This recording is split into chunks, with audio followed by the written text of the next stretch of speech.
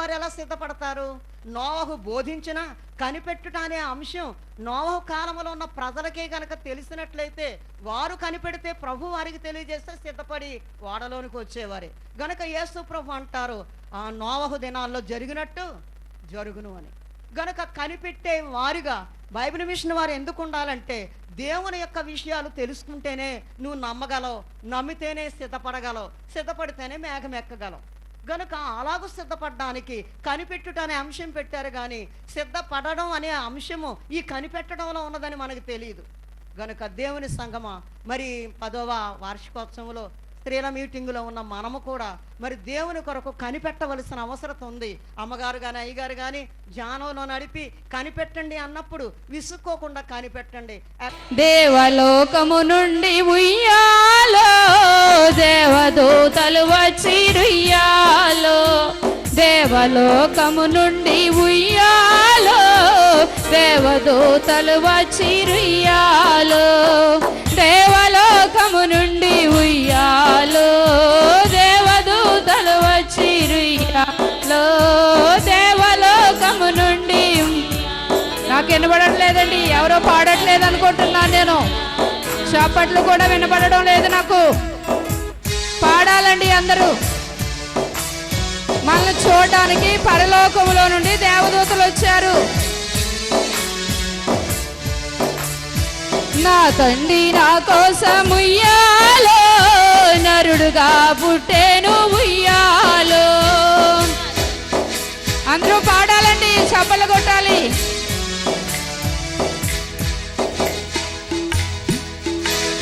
నా తండ్రి నా కోసం ఉయ్యాలో నరుడుగా పుట్టేను ఉయ్యాలో, నా తండ్రి నా కోసం ఉయ్యాలో నరుడుగా పుట్టేను ఉయ్యాలో, నా తండ్రి నా కోసం ఉయ్యాలో నరుడుగా పుట్టేను ఉయ్యాలో.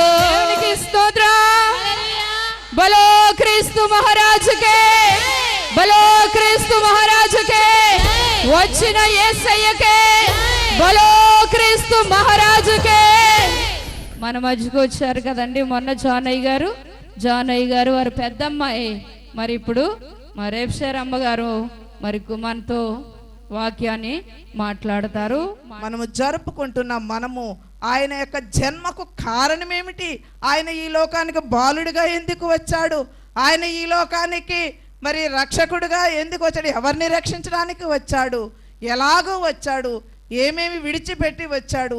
ఆయన కొరకు మనం ఏమి విడిచిపెట్టాలి అని మనల్ని మనం ఒకసారి పరిశీలన చేసుకుని విడిచిపెట్టవలసిన వాటినన్నిటినీ కూడా మనము విడిచిపెట్టి దేవుని కొరకే ఈ కడవరి కాలంలో మనము కేవలము క్రీస్తు కొరకే జీవించేవారుగా ఉంటే అదే దేవునికి ఇచ్చే గొప్ప బహుమానము.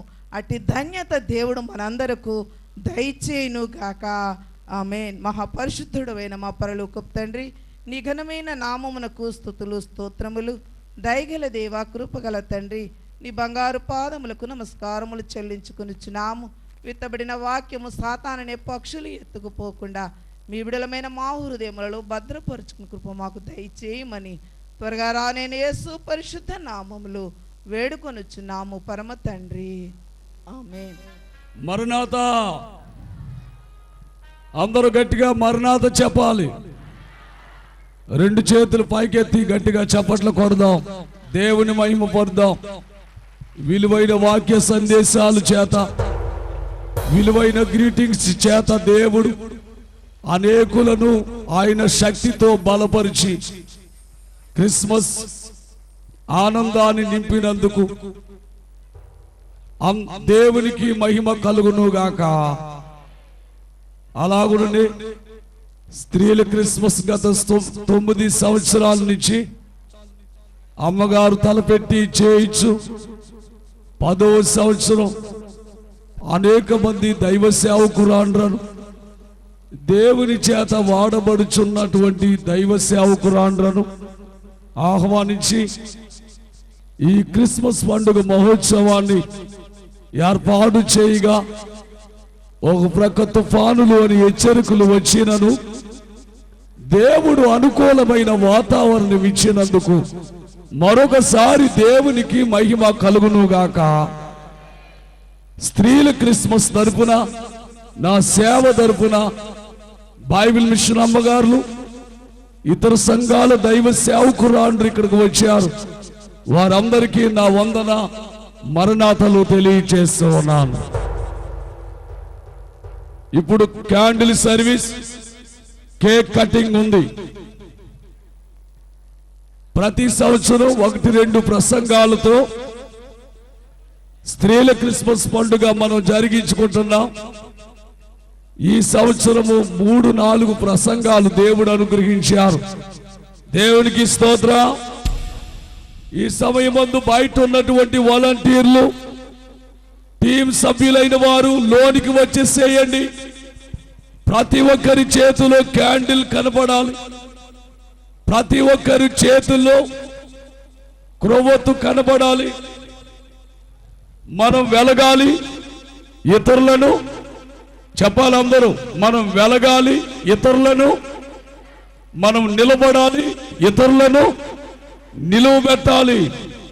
2 చేతులు పైకెత్తి ఒకసారి గట్టిగా దేవునికి స్తోత్రం చెప్దాం. దేవునికి స్తోత్రం, దేవునికి స్తోత్రం. బోలో యేసు క్రీస్తు మహారాజుకే, బాలుడైన యేసు క్రీస్తుకే.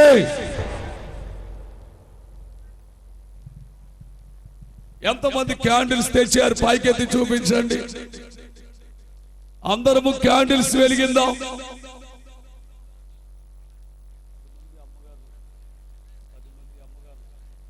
క్యాండిల్స్ లేని వారు బయట అమ్ముతున్నారు, వాటిని కొనుక్కోండి. క్యాండిల్ వెలిగించాలి. ఎక్కడను ఎవరును తిరగవద్దు. వంటశాల దగ్గర ఉన్నవారు సహితము ఈ క్యాండిల్ సర్వీస్ లో ఏకీభవించండి. ఇలా చూడండి, ఇది ఎన్నో సంవత్సరం స్త్రీల క్రిస్మస్ చెప్పండి. అందుకే 10 కేజీల కేక్ ప్లస్ 10 అడుగుల పొడుగుతో కేక్. చప్పట్లు కొడదాం. క్యాండిల్స్ ఉన్నాయి, ఇబ్బంది అవుతుంది చప్పట్లు కొట్టడానికి. 10 కేజీల కేకు, 10 అడుగుల పొడుగుతో ఉన్న కేకు, 10 క్యాండిల్స్ ఏర్పాటు చేశాం. 10 మంది దైవ సేవకురాండ్ర క్యాండిల్స్ వెలిగిస్తా. 10 కేజీల కేకు, 10 అడుగుల పొడుగుతో కేకు. ఈ సంవత్సరం కేకు అరేంజ్ చేసింది దేవుడు. నాకు ఇచ్చినటువంటి ప్లాన్ లో, దేవుడు నాకు అనుగ్రహించినటువంటి ప్రేరేపణతో అది ఏర్పాటు చేశాము.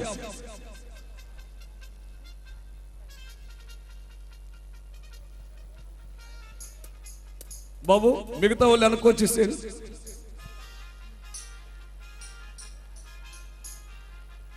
ఒకేసారి లేవాలి, జాగ్రత్తగా రావాలి.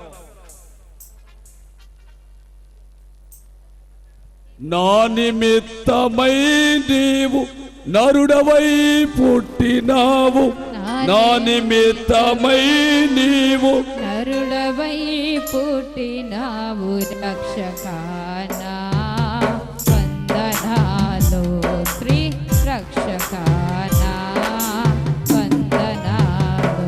నా నిమిత్తమై నీవు నరుడవై పుట్టినావు. అందరూ పాడాలని. నరుడవై పుట్టినావు, రక్షకానా. ఏమండి బాబు, క్యాండిల్స్ ముందుకెళ్ళాలి, క్యాండిల్స్ ముందుకెళ్ళాలి. నా నిమిత్తమై నీవు కేక్ కట్ చేసేటప్పుడు అందరూ ఆచరణ పాడాలి. నీవు నరుడవై పుట్టినావు, రక్షకానా వందనాలు, శ్రీ రక్షకానా వందనాలు. మరలా పాడాలి. నా నిమిత్తమై నీవు నరుడవై పుట్టినావు, నా నిమిత్తమై నీవు నరుడవై పుట్టినావు, రక్షకానా. క్యాండిల్స్ ఒక లైన్ ఉండాలండి. శ్రీ రక్షకానా వందనాలు. నా నిమిత్తమై నీవు